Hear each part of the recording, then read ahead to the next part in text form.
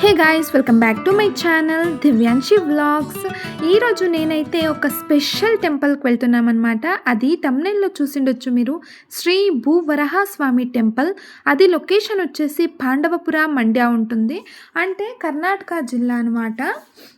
నా వ్లాగ్స్ మొత్తంలో కర్ణాటకలో ఉన్న ప్లేసెస్నంతా ఎక్స్ప్లోర్ చేస్తుంటాను. అండ్ నచ్చితే నా వీడియోని కొత్తగా చూస్తున్న వాళ్ళైతే నా ఛానల్ని సబ్స్క్రైబ్ చేసుకోండి. రండి, లేట్ చేయకుండా వ్లాగ్లోకి వెళ్ళిపోదాం. మార్నింగ్ అయితే మేము 4 o'clockకి లేచాము. లేచి అందరం కూడా స్నానాలు చేసేసి రెడీ అయిపోయి 4:30కి ఇల్లు వదిలామన్నమాట. 4:30కి ఇల్లు వదిలితే మేమైతే పాండవపుర అంటే మండ్య జిల్లాలో ఉన్న ఆ టెంపుల్కి చేరుకోవడానికి మాకైతే 8 o'clock పట్టింది. అంటే 4 o'clock టు ఎంత మనకి 4 అవర్స్ పడుతుంది. కాకపోతే మేమైతే కొంచెం బ్రేక్ తీసుకున్నాం కాబట్టి మాకు కొంచెం డిలే అయిందన్నమాట.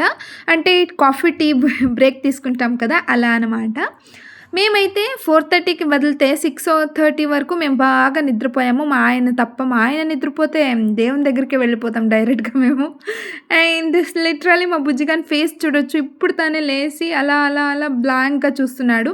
అండ్ మా అమ్మ నాన్న వీళ్ళు బుజ్జిగాన్ని ఆడిస్తూ ఉన్నారు. నేనైతే కార్ని ఇంకా దిక్కున్నట్లు కుక్ అయినాను. ఇదైతే మండ్య పాండవపుర నియర్ చేరుకున్నాం అనమాట. వ్యూ అంతా బాగుంది. నేనైతే కార్లో కూర్చొని ఏం చేద్దాం ఇంకా 2 hours పోవాలా అని చెప్పేసి ఫుల్ థింక్ చేస్తుంటే, అండ్ లిటరలీ మా బుజ్జిగాడైతే చెక్లీ అండ్ బోటి మీరే చూడొచ్చు ఎంత హ్యాపీగా తింటున్నాడు. అంటే మార్నింగే వదిలాం కదా ఇల్లు. సో వానికైతే ఏమీ తినిపించలేదు, ఏమీ పాలలా ఏమీ తాగిపించలేదు. సో వాడైతే బాగా హంగ్రీగా ఉన్నాడనమాట. అదే పాండవపుర దగ్గరున్న ఈ శ్రీ భూవరహస్వామి దేవాలయం వచ్చేసి అంటే నార్మల్గా దీన్ని కళాశాల అని కూడా పిలుస్తారనమాట. ఈ ఆలయ విశిష్టత ఏంటో తెలుసా? ఇక్కడైతే భూవరహస్వామి విగ్రహం దాదాపు 15 అడుగుల ఎత్తు ఉంటుందన్నమాట. ఇంతటి భారీ విగ్రహం మరొక్కడ చూడలేం. అండ్ పదండి, ఈరోజు ఈ క్షేత్ర విశేషాలు, చరిత్ర మరియు ఇక్కడికి ఎలా చేరుకోవాలో క్లియర్గా చూసేద్దాం. నార్మల్గా అయితే ఈ ఆలయం వచ్చేసి మండ్య జిల్లా పాండవపుర తాలూకులోని కళాశాల అనే గ్రామంలో ఉంది. అండ్ ఇదొచ్చేసి మీకు బెంగళూరు నుండి వస్తుంటే సుమారు 130 కిలోమీటర్స్ ఉంటుందన్నమాట. మైసూర్ నుండి అయితే కేవలం 30 కిలోమీటర్స్ దూరంలో ఉంటుంది. అండ్ దారి పొడవునా పచ్చని చెట్లు, చెరుకు తోటలు చాలా అంటే చాలా సూపర్గా కనిపిస్తాయి. అండ్ పాండవపుర నుండి ఆటోలో లేదా సొంత వాహనాల్లో సులభంగా ఇక్కడికి చేరుకోవచ్చు. అంటే మేమైతే కారు ఉంది కాబట్టి డైరెక్ట్గా వచ్చేసాం. లేదంటే ఆటోకి కొంచెం ఎక్కువ డబ్బులు అడుగుతారన్నమాట. అండ్ మీరు చూసుకుని రావాలి. అండ్ సాటర్డే సండేస్ అయితే హ్యూజ్ క్రౌడ్ ఉంటుంది. సో దట్ మీరు మార్నింగే బిర్యానీ వచ్చేస్తే సరిపోతుంది. అండ్ ఈ క్షేత్రానికైతే ఒక గొప్ప చరిత్ర ఉంది. ఏంటో తెలుసా? పురాణాల ప్రకారం ద్వాపర యుగంలో పాండవులు వనవాసం చేస్తున్న సమయంలో ఇక్కడికి వచ్చారని చెప్తారు. అందుకే ఈ ఊరికి పాండవపుర అనే పేరు వచ్చింది అని కూడా చెప్తారు. శ్రీ మహావిష్ణువు హిరణ్యకశుడిని సంహరించి భూదేవిని రక్షించిన తర్వాత వరహ అవతారం ఎత్తి ఆ రాక్షసుడిని సంహరిస్తాడు అని చెప్పేసి ప్రతి ఒక్కరూ చెబుతారు. ఇక్కడైతే ఒక ఇంట్రెస్టింగ్ పాయింట్ ఏంటో తెలుసా? ద్వాపర యుగంలో పాండవులు తమ వనవాస సమయంలో ఇక్కడ కొద్ది రోజులు గడిపారట. వారు ఈ విగ్రహం యొక్క శక్తిని గుర్తించి, అంటే దీని ప్రతిష్టత, పవర్నెస్ అంతా వాళ్ళు తెలుసుకుని తర్వాత ఇక్కడ పూజలు చేశారు. అందుకే ఈ ఊరికి పాండవపుర అనే పేరు వచ్చి స్థిరపడిపోయింది అని చెప్పేసి ఇక్కడ ఉన్న వాళ్ళు చెప్తారన్నమాట. అండ్ ఇక్కడ స్వామివారి కళ్ళు చూడండి ఎంత తీక్షణంగా, ఎంత పవర్ఫుల్గా ఉంటాయో. అండ్ రండి టెంపుల్లోకి వెళ్ళిపోదాం. ఇక్కడ చూపిస్తున్న టెంపుల్ అంతా వచ్చేసి బయట వ్యూ అన్నమాట. మనకి విగ్రహం వచ్చేసి లోపల ఉంటుంది, కాకపోతే ఇప్పుడు కన్స్ట్రక్షన్ జరుపుతుంది. సో అందుకోసం ఇక్కడంతా ఎక్కువగా మెస్సీ లాగా కనబడుతుంది అన్నమాట. ఇక్కడ చుట్టూరా ఉండేది వచ్చేసి మనకి రాళ్ళు పెట్టేశారు. అండ్ వాళ్ళైతే గర్భగుడి లైక్ కడుగుతున్నారనమాట, పెద్ద టెంపుల్ లాగా ఫుల్ చుట్టూరా. ఇప్పుడైతే చిన్నగా ఉంది దేవస్థానము. అండ్ మేమైతే వచ్చిన తర్వాత ఒక 3 ప్రదక్షిణాలు వేసుకుందామని చెప్పేసి ఈ ఆలయం మొత్తం తిరుగుతున్నామనమాట 3 రౌండ్లు. అండ్ ఈ ఆలయానికి వచ్చే భక్తులకు ఒక బలమైన నమ్మకం ఉంటుందనమాట. ఎవరికైనా అంటే ల్యాండ్ ఏదైనా ప్రాపర్టీ అంటే భూమికి సంబంధించిన ఏదైనా ప్రాబ్లమ్స్, తగాదాలు ఉంటే లేదా సొంత ఇల్లు కట్టుకోవాలని కలలు కంటున్నా, ఏదైనా ప్రాబ్లమ్ ఫేస్ చేస్తున్నా అండ్ ఎక్కడ సైట్ కొనాలి, ఎంతటికి కొనాలి అండ్ ఈ బడ్జెట్ సరిపోతుందా? ప్రతి ఒక్కటి మనం ఎవరినైనా అడుగుతాం కదా శాస్త్ర వాళ్ళని. సో, వాళ్ళు మనకి ఈ టెంపుల్‌ని చెప్తారన్నమాట. వెళ్లి ఇక్కడ పూజ చేయండి. తర్వాత అంతా సరైపోతుందని. అలాగే కూడా మాకు కూడా అలాగే అయ్యింది. మేము అంత ప్రాబ్లమ్ కొంచెం ఉండే మా ఫ్యామిలీలో కొంచెం. అమ్మ వాళ్ళు ఇల్లు కట్టుకోవడానికి. సో, ఇక్కడ పూజ చేయండి అంటే అది ఇక్కడ పూజ చేసుకొని వెళ్ళి 1 వీక్‌లోనే మేము ఇల్లు స్టార్ట్ చేసేసాము. అది ఎలా కలిసొచ్చిందో మాకే అర్థం కావట్లేదు. సో, అందుకోసం మళ్ళీ వచ్చామనమాట. అండ్ ఎవరైనా భక్తులు ఇక్కడికి వచ్చి స్వామివారికి మనస్ఫూర్తిగా మొక్కుకుంటే ఆ కోరికలు నెరవేరుతాయట. అందుకే దీన్ని భూమి పుత్రుల క్షేత్రం అని కూడా అంటారు. అండ్ మరో అద్భుతమైన విషయం ఏంటంటే ఇక్కడ స్వామివారికి చేసే అభిషేకం పాలు, తేనెతో అభిషేకం చేస్తున్నప్పుడు ఆ 15 అడుగుల విగ్రహం మెరిసిపోతూ అద్భుతంగా కనిపిస్తుంది. అంటే మీరు చూడండి ఇలానే ముందు క్లిప్స్‌లో నేను చూపిస్తాను మీకు ఎలా పూజ చేశారో ఇక్కడ అని చెప్పేసి. అండ్ నార్మల్‌గా అయితే మేము వచ్చిన తర్వాత 9:30కి వచ్చాము. 9:30 నుండి 10:30 వరకు బయటే క్యూలో నిలబడామనమాట. సో, చాలా సేపు నిలబడేకి అయ్యలేదని చెప్పేసి నేను కూర్చొనేసాను. అండ్ మా అమ్మ వాళ్ళైతే నిలబడుకున్నారు. అండ్ స్వామివారికి ఆ రోజు స్పెషల్ పూజ ఉండే. అండ్ రేవతి నక్షత్ర పూజ ఉండే. అంటే 21 ఫిబ్రవరి సాటర్డే రోజు ఈ పూజ చేశారనమాట. చాలా బాగా చేశారు. అందుకోసమే స్టార్ట్ చేసేదానికే లేట్ అయిపోయింది. అండ్ మేమంతా నిలబడుకొని చాలాసేపు కూర్చోయింటే వాళ్ళొచ్చేసి అడిగారన్నమాట.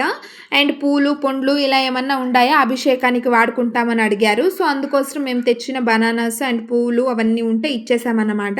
టెంకాయలు ఆల్రెడీ మనం బయటే కొట్టుకోవాలి. అండ్ మెయిన్ విషయం ఏంటో తెలుసా? కొత్తగా వెళ్ళే వాళ్ళైతే అండ్ జోడి టెంకాయలు కొట్టాలి. ఇక్కడ టెంపుల్‌లో మనము ఒక్క టెంకాయ కొట్టకూడదనమాట. భూమి సంబంధించింది ఏదైనా సరే మనం 2 టెంకాయలు కొట్టాలి.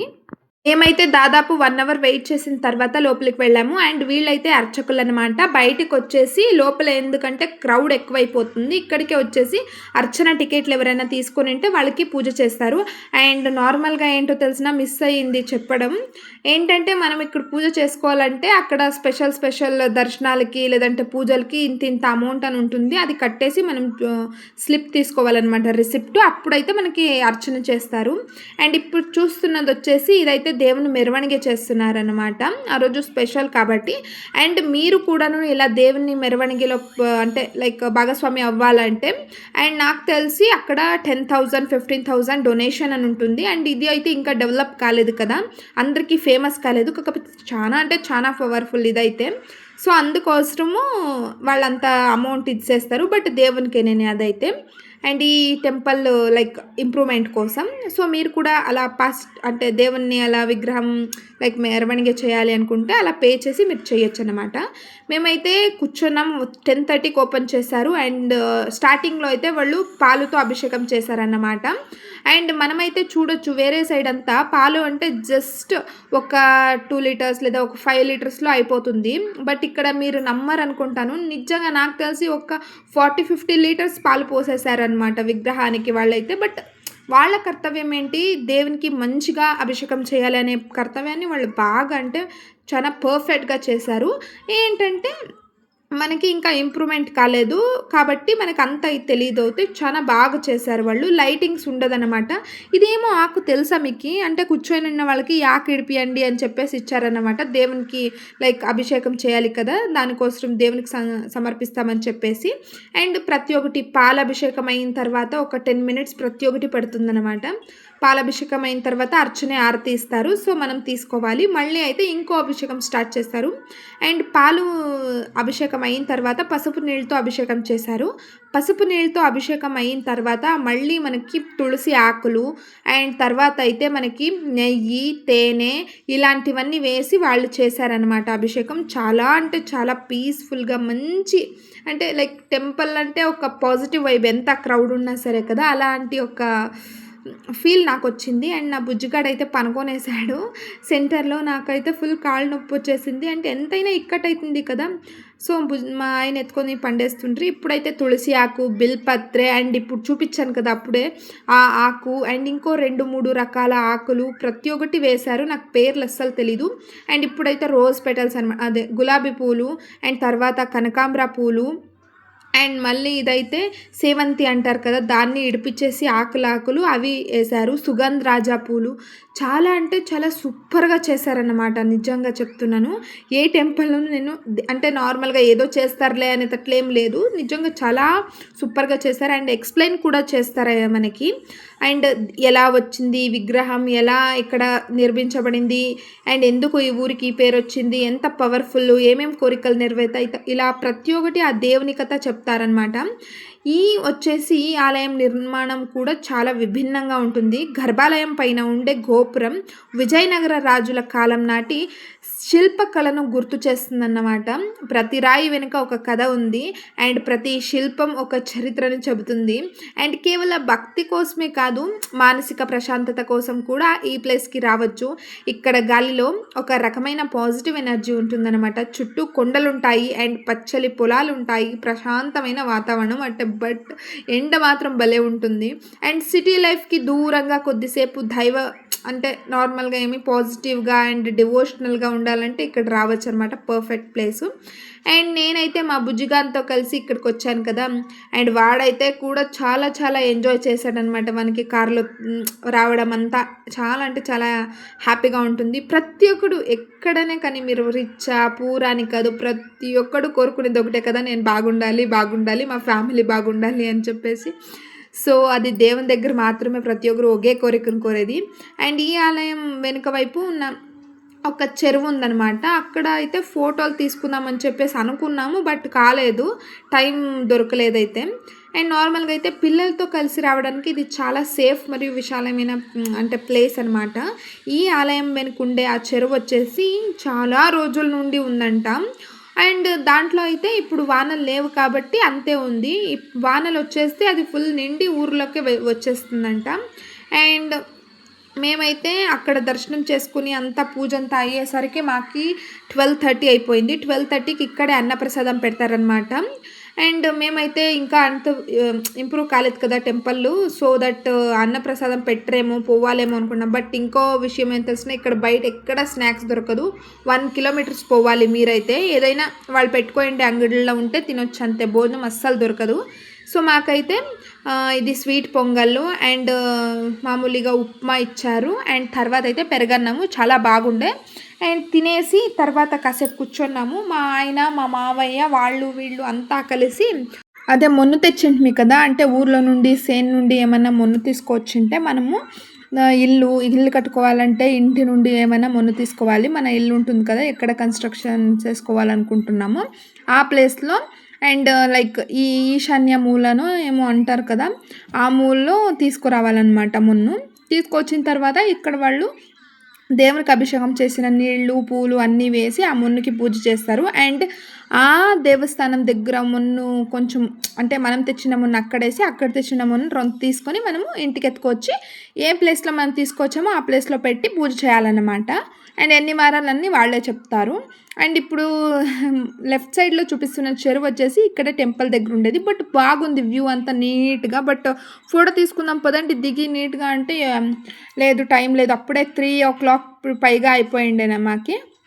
సో అందుకోసం వద్దు బెంగుళూరుకి వెళ్ళడానికి మనకైతే 4 అవర్స్ పైన కావాలి కదా! వద్దు అని చెప్పేసి సరేలే ఆయేలే అనుకొని మేము వెళ్ళిపోతూ ఉన్నామనమాట. ఇదైతే ఈ శ్రీ భూవరహస్వామి టెంపుల్ దర్శనం అండ్ దీని గురించి కొన్ని డీటెయిల్స్ నాకు తెలిసినవి చెప్పాను. అండ్ ఏదైనా మిస్టేక్ ఉంటే ప్లీజ్ అవాయిడ్ చేయండి. అండ్ మేము పోదాంలే వ్లాగ్ చేస్తున్నానంటే ఈ అమ్మాయిలిద్దరూ సైడ్‌కే పోవట్లేదు. ఎక్కడన్నా పోనీ ఆ పక్క పోదామంటే ఆ పక్క వాళ్ళే వస్తారు. ఈ పక్క పోదామంటే వీళ్ళే వస్తారు. తీరా ఫైనల్‌గా కొంచెంసేపు ముందర పోతా చూస్తూనే ఉంటిని. పోతారా వీళ్ళు అంటే. నేను రౌండ్ పోదామంటే ఆ పక్క వాళ్ళే వచ్చేసింటారు. దానికి సరేలే ఏమైనా చేసుకొనని ఊరికే అయితే వీడియోని ఆఫ్ చేద్దాం అనుకుంటున్నా. ఆయనకి సైడ్‌కి పోయిర్రు అని చెప్పేసి వచ్చేస్తి ముందరికి. అండ్ ఇక్కడైతే ఈ లెఫ్ట్ సైడ్, రైట్ సైడ్ ఉండవంతా షాప్స్ అన్నమాట. మనకేమన్నా కావాలా పూలు, పండ్లు అంటే బట్ భారీ కాస్ట్‌లీ ఉంటాయి ఇక్కడ. టెంపుల్ దగ్గర మాత్రం అస్సలు తీసుకోకండి. వేరే ఎక్కడినింకన్నా కొనుక్కోరండి మీరు. టెంపుల్ దగ్గర తీసుకుంటే చాలా కాస్ట్ ఉంటుంది. అండ్ నాకైతే కడ్డీ చిప్స్ ఆవిడే అడిగింటే వద్దు అనిండే మా ఆయన. కోపం చేసుకొని వచ్చేసింటిని నేను. సో తీసుకొచ్చాడు ఎనకంట. తీసుకుంటే నేనేం తీసుకుంటా ఉండలేదు. అండ్ బాలేవు తీసుకుందామనే అందరూ ఉండ్రి కదా అని చెప్పేసి నేను సరేలే ఆయా ఏదో ఒకటి తీసుకొని చెప్పొచ్చాను. అండ్ ఇక్కడైతే ఫుల్ ఎండ అంటే ఎండ, కాలు బయటకు పెట్టేకెళ్ళదు. ఇప్పుడైతే నీళ్ళలో ఉంటుంది. రవ్వంతట్లు బయటకు వచ్చిన తక్షణము ఎండ అంటే ఎండ అవునే లేదు మా చేతిలో. సో మా ఆయన కార్ తీసుకొస్తామని మేము ఇంకేం లే అక్కడికి పోయేది, ఇక్కడే నిలబడుకుందాము ఇక్కడే షాప్ దగ్గర అని చెప్పేసి ఊరికే అవుతుంది. అండ్ ఆ ఆంటీ వాళ్ళు మమ్మీ వాళ్ళంతా పోతుంటే వద్దురా అండి ఇట్లే నిలబడదాం వాళ్ళే వస్తారు ఇక్కడికి అంటే చూడొచ్చు మీరు మార్నింగ్ వచ్చేటప్పుడు ఎట్లుండే ప్లేస్ ఇప్పుడు చూడండి ఎంత క్రౌడ్ ఉంది అని చెప్పేసి. అండ్ తర్వాత అయితే మేము ఇక్కడే షాప్ దగ్గర కూర్చున్నాము. అక్కడైతే మనకి చక్లీలు అండ్ ఈ mixture different kind of snacks అన్నీ ఉండే. సో చూద్దాంలే అని చెప్పేసి చూస్తే నేనైతే banana chips green colour chips ఉండే చూద్దామంటే గ్రీన్ అంత బాగుండలేదు. సో అందుకోసం బనానా చిప్స్ తీసుకొని బనానా చిప్స్ సరేలే అని చెప్పేసి తీసుకుంటే వాళ్ళు ఎంతో చెప్పారు, కాస్ట్ మర్చిపోయాను. అండ్ సరేలే అంటే మా ఆయన వచ్చేసే కార్లో ఎక్కువ అంటే బిర్బిరిని వచ్చి ఎక్కిందాయ ఆ బాల్లో ఆటలాడుకుంటుండే బుజ్జిగాడు. అండ్ మీరే చూడొచ్చు రోడ్ ఒక 1/2 కిలోమీటర్ వరకు వెహికల్స్ నిలిపేసి ఉంటారు. కొంచెం ఒక్క వెహికల్ ఏదైనా మనకి నీట్గా నిలపలేదు అంటే బ్లాక్ అయిపోతే లిటరలీ 1 అవర్ 2 అవర్ కావాలంట ఇక్కడ క్లియర్ అవ్వాలంటే, అంత క్రౌడ్ ఉంటుంది. ఇంకా ఈరోజు తక్కువ అని మాట్లాడుతుంటారు అక్కడ ఉన్న వాళ్ళు. అండ్ మా ఫేసులు చూడొచ్చు అప్పుడే ఫుల్ టైర్డ్ అయిపోయిండేది. అండ్ 12:30కి తిన్నాము. మళ్ళీ తింటావా అని అడిగితే నేను అని చెప్పి దౌలత్ చేసుకొని ఊరికే ఉంటుని. మా ఆయన వాళ్ళంతా మళ్ళీ తిని కారెక్కారు. లిటరలీ అక్కడ పాండవపురాలో హైవే ఎక్కితే బెంగళూరులో ఇంటికి వచ్చే వరకు హైవే దిగలేదు. ఒక షాప్ కనబడట్లేదు, ఒక ఏంటి కనబడట్లేదు. సరేలే ఏదైనా స్టాప్ చేసేసి దిగి తాగుదామా జ్యూస్ గీస్ అంటే ఒక్క దగ్గర కనబడట్లేదు. హైవే ఎక్కిందే అంతే. మా బుజ్జిగాడు అవుడు పనుకున్నాడు, ఇంటి వరకు లేయలేదు. అండ్ సో వాడైతే ఫుల్ హ్యాపీగా పనుకైండాడు. సో సాంగ్స్ పెట్టేసుకుని అలా వ్యూని ఎంజాయ్ చేసుకుంటూ వెళ్ళాము. ఇక్కడ స్టాప్ చేసేది వచ్చేసి పాండవపుర నియర్ అన్నమాట. అక్కడైతే ఇంకో కారు ఉంది కదా, వాళ్ళు తుమ్కూరుకు వెళ్తారు, మేము బెంగళూరుకు వెళ్ళాలని చెప్పేసి ఈ రూట్ వేరే రూట్ వచ్చాము. చూడొచ్చు మీరు హైవే సాడ్ ఫేస్ అయిపోయింది. ఆకలి అయితే ఉంది, అరుస్తూ ఉన్నాను అందరిపైన. ఇక్కడైతే మనకి ఎలక్ట్రానిక్ సిటీ దగ్గర టోల్ వస్తుంది కదా, అక్కడ మాత్రం జాయినింగ్ ఉండే కొంచెం పని ఉంటే అక్కడ 5 minutes పోతుంది. బట్ ఏమంటే ఫుల్ ట్రాఫిక్ కదా, ఒక్క దగ్గర కార్ నిలిపేదానికి మనకి ప్లేస్ లేదు. సో అందుకోసం మళ్ళీ టోల్ దగ్గరకు వచ్చేసి మళ్ళీ ఇంక సరే అని ఇంటికి వచ్చేసాము. ఇంటికి వచ్చిన తర్వాత ఇవన్నీ ఉంటే అన్నీ కుక్కొని కోపం చేసుకొని అందరిపైన బాగా మెక్కి అందరిని తిట్టుకొని కుక్కొని ఒకటి ఇప్సేల్ది అది ఇప్సేల్ది ఇది ఇప్సేల్ది అని చెప్పేసి మా అవ్వ నవ్వుతూ ఉండేది నన్ను చూసేసి. అండ్ ఇదైతే మా వ్లాగ్ అనమాట. ఇంతవరకు నా వ్లాగ్ని చూసినందుకు అండ్ ఈ వ్లాగ్ ఇంట్రెస్టింగ్గా అనిపిస్తే ఒక చిన్న లైక్ చేసుకోండి. And finally thank you so much for watching this video. Bye bye.